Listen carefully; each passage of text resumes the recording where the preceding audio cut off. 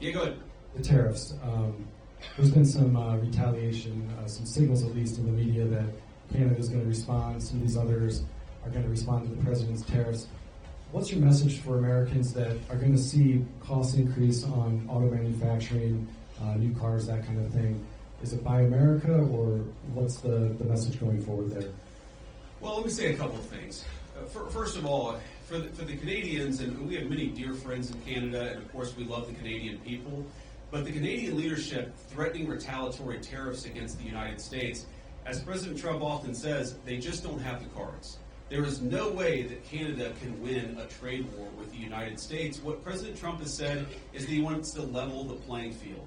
For decades, Canadian leadership has forced American farmers and American manufacturers to play by an unfair set of rules. All President Trump has said is that we're done playing by an unfair set of rules. If you're going to do something to our industries, then we're going to do something back to your industries. That's how you protect American manufacturing, and that's how you protect American jobs.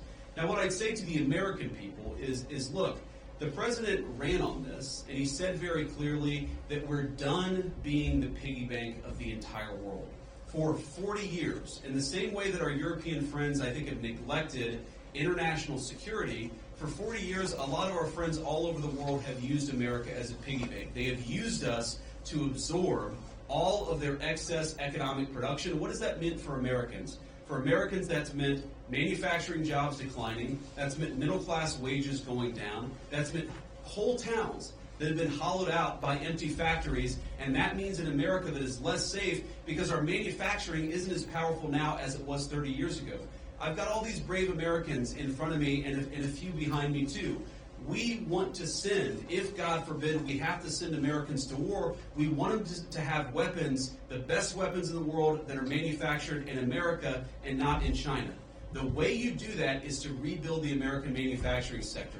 The days of America being the piggy bank of the world, the days of closed factories, the days of people not being able to get a middle-class job in this country, they're over. And yes, that means we're going to have to fight back even against some of our friends and their unfair economic practices, but the long-term consequence of this is going to be higher wages, more manufacturing, and more economic security for the American people. Take a couple more questions.